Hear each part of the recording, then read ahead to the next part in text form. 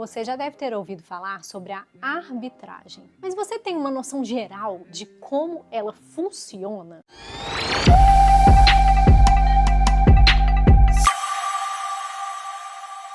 Meu nome é Lília Finelli, sou advogada, mestra e doutora em Direito pela UFMG e faço parte do DECOM, um escritório de advocacia que ajuda empreendedores fora da curva e empresas inovadoras a fazer a diferença. Se esse é o seu caso, esse canal é para você.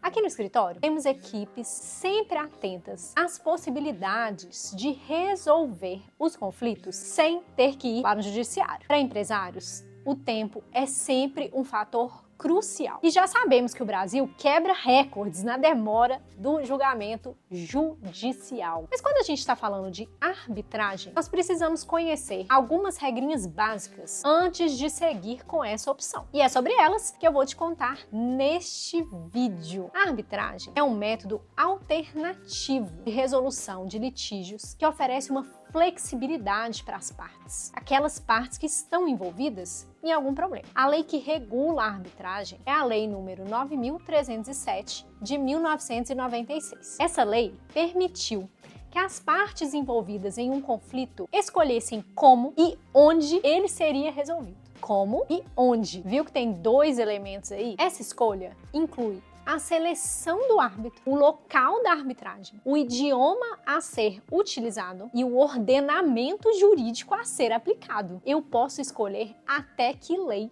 de qual país eu quero que se aplique. Parece maravilhoso, né? Porém, como tudo na vida, essa liberdade vem com responsabilidades, porque a escolha pela arbitragem implica renunciar à jurisdição estatal, a menos que lá no meio do conflito ambas as partes concordem em desvincular-se dessa opção arbitral. Pensa aqui comigo então. Quando a gente faz a opção de colocar em um contrato que os litígios que venham a ocorrer serão resolvidos por meio da arbitragem, isso significa que eu não vou poder lá na frente, de forma unilateral, falar: ah, mas eu quero ir para o judiciário. Tendo isso em mente, eu vou te explicar como as partes podem fazer a opção pela arbitragem, que é o que a gente chama de convenção de arbitragem. Essa convenção, ela pode ser estabelecida de duas maneiras: por meio de uma cláusula compromissória ou por meio de um compromisso arbitral, conforme está previsto lá no artigo 3º da Lei 9.307. Mas como que funciona cada um deles na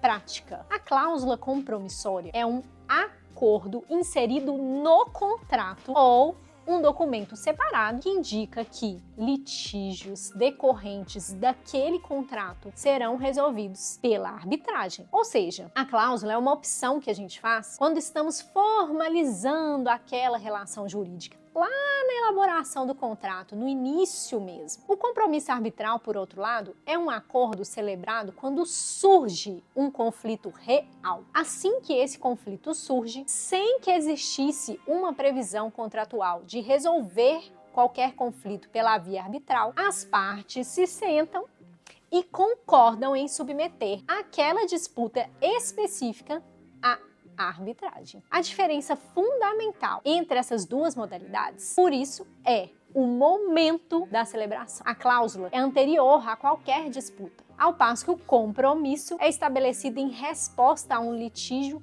concreto que está acontecendo. Mas não é só a forma de optar pela arbitragem que as partes podem escolher, viu? Elas também têm autonomia para escolher o formato da arbitragem. De acordo com o artigo 5º da Lei 9.307, a arbitragem pode ser institucional, ou seja, regida pelo regulamento de uma Câmara de Arbitragem, ou ad hoc, quando será administrada pelas próprias partes e árbitros sem uma supervisão institucional. Na prática, às vezes a opção institucional dá mais segurança às partes que não têm um costume com o procedimento arbitral, ao passo que o modelo ad hoc oferece maior autonomia na definição das regras procedimentais. Quando a gente vai para uma arbitragem em uma câmara, as regras já são muito bem definidas. Mas agora, voltando àquela ideia de fugir do judiciário para resolver os conflitos, a gente precisa entender quem pode mesmo optar pela arbitragem e se ela vale para resolver todos os problemas que aparecerem. A lei de arbitragem, lá no seu artigo 1º, estabelece que qualquer pessoa capaz capaz de contratar, incluindo a administração pública, viu? Pode utilizar a arbitragem. Mas ela faz uma ressalva em relação ao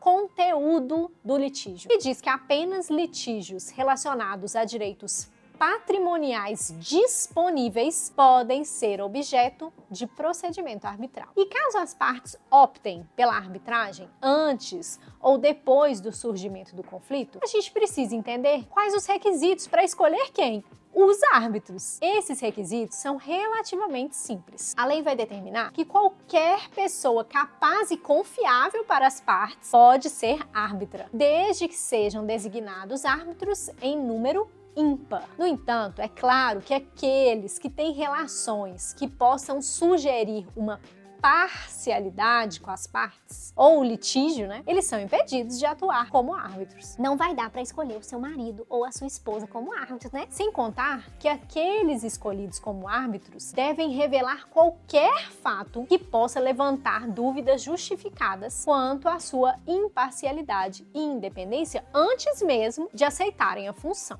Esses árbitros, como tudo na vida, são pagos. Além de existirem custas a título de taxa de administração, quando a gente faz a opção pela Câmara de Arbitragem, que variam ali conforme o valor da demanda, só para você ter uma ideia, tá? As custas da Câmara do Mercado, você pode consultar online, tá? Estão com uma tabela em 2023 de R$1.000 de taxa para demandas de até R$100.000 e R$3.000 de taxa para demandas acima de R$10 milhões.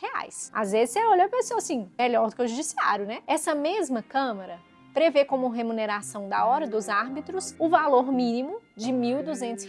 R$1.200 a hora. A Camarb, que é outra câmara, né, a Câmara de Mediação e Arbitragem Empresarial do Brasil, tem uma taxa de administração que varia de R$14.040 em 2023 para demandas até R$500.000, chegando até a quase R$188.000 de taxa nas demandas acima de R$100 milhões.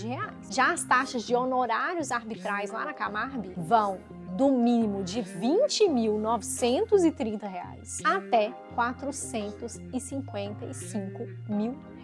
Os dois valores lá na Camarb ainda têm somados alguns percentuais, a depender, claro, do valor da demanda. Isso pode significar que uma demanda de R$500.000, na qual eu vou lá e indico 3 árbitros, eu posso chegar a gastar até perto de R$90.000 só para fazer o procedimento arbitral. Não que o judiciário não tenha custas. Um litígio civil simples de R$500.000 na tabela do TJ de 2022 já pagaria de cara pouco mais de R$5.000 só a título de custas e taxa judiciária. Na arbitragem, então, o procedimento pode ser muito oneroso para as partes. Eu não posso resolver problemas de direitos indisponíveis e eu também não posso escolher quem eu quiser ali para julgar. Então, qual que é mesmo essa vantagem? Porque falando assim, parece, tá muito caro, não posso escolher, não são todos os direitos. Qual a vantagem? A principal vantagem da arbitragem é a celeridade. Enquanto o sistema judiciário estatal muitas vezes enfrenta esses atrasos, o procedimento arbitral é geralmente bem mais rápido, com uma média ali de duração de 18 meses,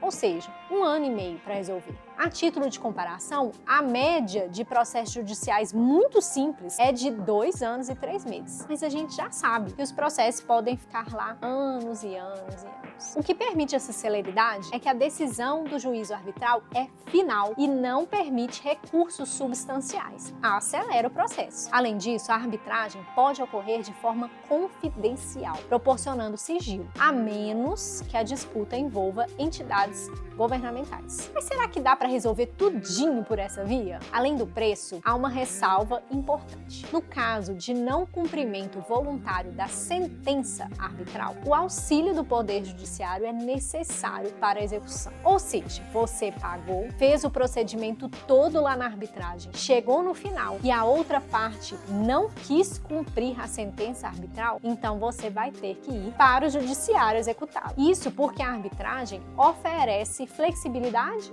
e eficiência, mas os atos de execução são exclusivos do Estado. Ficou mais claro o nosso panorama geral? Você já tinha ouvido falar sobre como a arbitragem funcionava? Se não, conhecer essa ferramenta é um ótimo motivo para você começar a seguir a gente por aqui e não cometer erros desnecessários, como sair colocando uma cláusula compromissória em todos os seus contratos, querendo resolver tudo pela arbitragem. Então aproveita, se inscreve aqui embaixo tocando no sininho e eu vejo você no próximo vídeo.